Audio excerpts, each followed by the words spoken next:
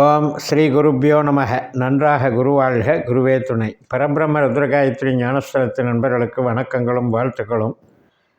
தனுசு லக்னத்திற்கு இந்த பதிவு குருவனுடைய நட்சத்திரசார மாற்றம், அதாவது மிருகஸ்ரீஷம் நட்சத்திரத்திலிருந்து ரிஷபராசியில் உள்ள ரோகிணி நட்சத்திரத்துக்கு சார மாற்றமாகிறதுக்கான பலன். இதை நான் 2 பகுதியாக பிரிச்சுக்கிறேன். நவம்பர் 28 ரோகிணி 4ஆம் பாவத்தில் வர்ற குரு நமக்கு டிசம்பர் 24 வரைக்கும் இந்த 4ஆம் பாவத்தில் இருந்துட்டு, டிசம்பர் 24 பிப்ரவரி 4ஆம் தேதி வரைக்கும் 3ஆம் பாவத்தில் வர்றார். ரோகிணி 3ஆம் பாவத்தில். இது மாதிரி இந்த 2 பிரிவாக நம்ம பலன்களை பார்க்கலாம்.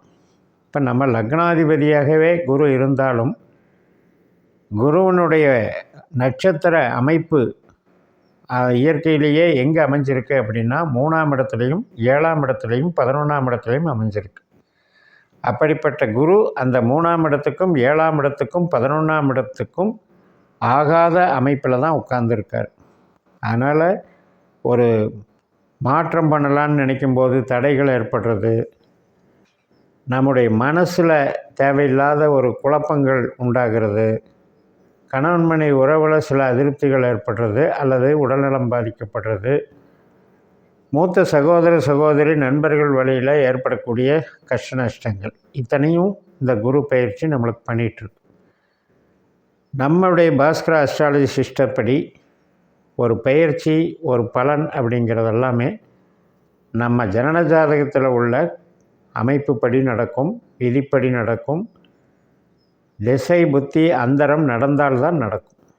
இப்போ உங்களுக்கு குரு திசையோ குரு புத்தியோ குரு அந்தரமோ குரு சூட்சமோ நடந்தால் இப்போ இந்த பலன்களை எடுத்துக்கோங்க. எல்லாரும் எல்லாத்துக்கும் போட்டு நல்லா இருக்குது நல்லா இல்லைன்னு பார்க்கக்கூடாது. இப்போ நம்ம ஜனன ஜாதகத்தில் குரு எப்படிப்பட்டவர், பணம் கொடுக்குறவரா, உழைப்பை கொடுக்குறவரா, தொழிலை கொடுக்குறவராங்கிறது நமக்கு கணித்து பார்த்தா தான் தெரியும். அதே மாதிரி உறவுகளை கொடுக்குறவரா இல்லை கஷ்ட நஷ்டங்களை கொடுக்குறவரா, இது பாவத்துக்கு எந்த பாவத்துக்கு அதிகாரம் பெறுகிறாருங்கிறது நம்ம கணித்து பார்த்தா தான் தெரியும்.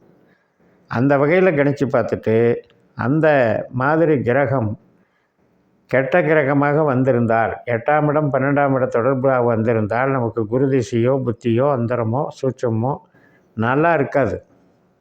அதே நல்ல அமைப்பில் வந்திருந்தால் உறவு சார்ந்த விஷயத்துக்கு பாவங்கள் 1, 3, 4, 5, 7, 9, 11 இதெல்லாம் உறவு சார்ந்த விஷயத்துக்கு நன்மை பண்ணும். அதே 2, 6, 10 பாவங்களுக்கு வந்திருந்தால் தொழிலுக்கும் பணத்துக்கும் நன்மை பண்ணும். அப்படி நம்ம ஜாதகத்தில் கண்டறிந்துட்டு இந்த கோச்சாரத்துக்கு வந்தீங்கன்னா உங்களுக்கு கரெக்டாக ரிசல்ட்டு கிடைக்கும். இப்போ 6ஆம் இடத்துல ஒரு சந்திரனுடைய நட்சத்திரத்தில் இருக்குங்கும்போது இப்போ பொதுப்படையான பலன் அப்படின்னு பார்க்கும்போது எந்த விதத்தில் நாம் எச்சரிக்கையாக இருக்கணும்னா, உடல் ஆரோக்கியம் ஒன்று, அதே போல் ஒரு வேலை செய்கிற இடத்துல பகையை வளர்த்துக்கூடாது. வேலை செய்கிற இடத்துல கலகம் குழப்பம் அல்லது ஒர்க்லோடு அதிகமாகி அதனால் நம்ம வரக்கூடிய பிரச்சனைகள்னால நம்ம பேசுகிறத பிடிக்காமல் ஒருவருக்கொருவர் ப்ராப்ளம் வர்றது, நம்மளுடைய உழைப்பு எடுபடாமல் போகிறது. இவ்வளவு கஷ்டப்படுறோம் ஆனால் அதுக்கான அங்கீகாரம் இல்லையே அப்படின்னு வருத்தப்படுறதுக்கு உண்டான விஷயத்தை அந்த குரு செய்கிறார். அதனால் முதல் 2024 டிசம்பர் 24ஆம் தேதி வரைக்கும் இந்த சந்திரனுடைய நட்சத்திரம் என்பது கடின உழைப்பை பிரதிபலிக்கிறது. அதே நேரத்தில் உறவுகள் சார்ந்தும் ஆரோக்கியம் சார்ந்தும் கவனம் எடுத்துக்கணும். கணவன் மனைவி உறவில் பிரச்சனைகளோ, மூத்த சகோதர சகோதரி வகை பிரச்சனைகளோ, பேரண்ட்ஸ் வகையில் பிரச்சனைகளோ, பூர்வீகம் சார்ந்த சில இழப்புகளோ,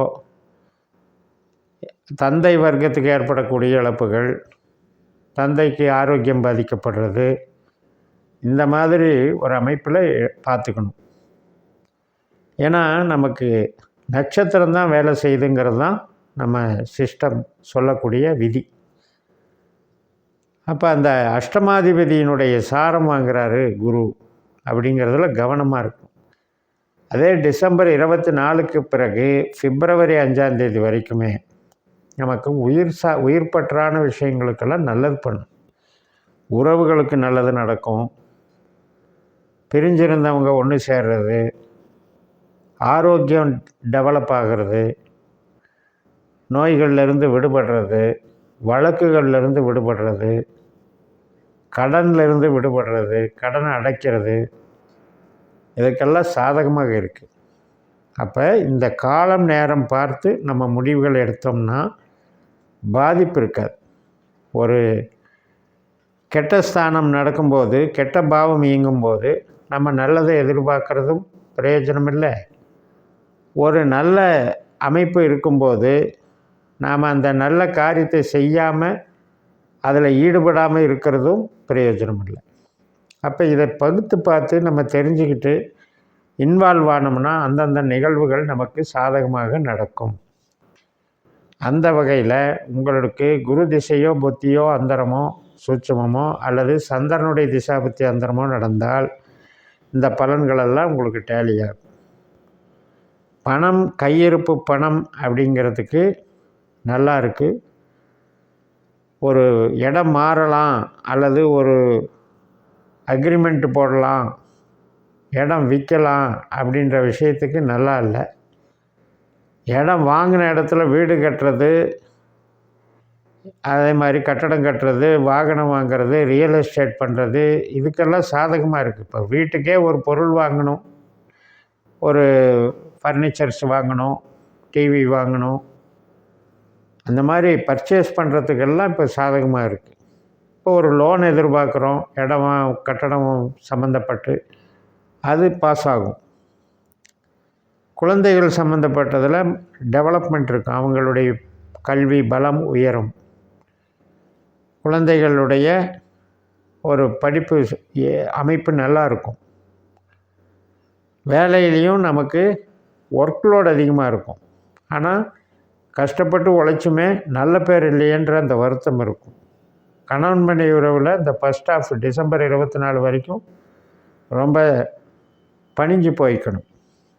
அதிகமாக நம்ம ஒரு டாமினேட் பண்ணுற கெப்பாசிட்டி வளர்த்துக்கிட்டோம்னா ஈகோ அதிகமாகி, வார்த்தைகள் அதிகமாகி அது பெரிய சண்டையாக மாறிடும், பிரிவினைக்கு ஆளாக நேரிடும்.